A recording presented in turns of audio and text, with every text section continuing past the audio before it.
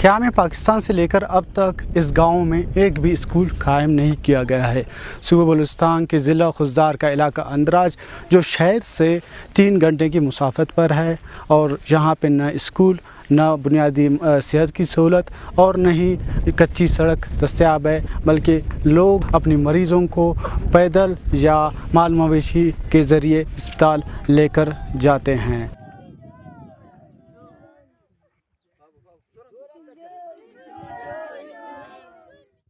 तना पेपर वीना नंदराज नाम पन्ना स्कूल मरे नन स्कूल ख्वाइना नन दाड़ी स्कूल फग नंदा चना कुल मुचमसनो स्कूल के दोन मुचमसनो नन स्कूल फग नंदाड़ी मिल जलीना इलाका अंदराज सर चार में को पूछते दा इलाका ने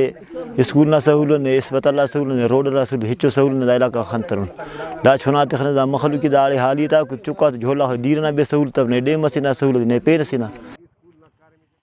नना दा चौंका ता नन मुस्तना नना हिना रुल्ला दा चौंका पदा करे हन्ना तालीम के खान के नले करे अन्ना पदा नने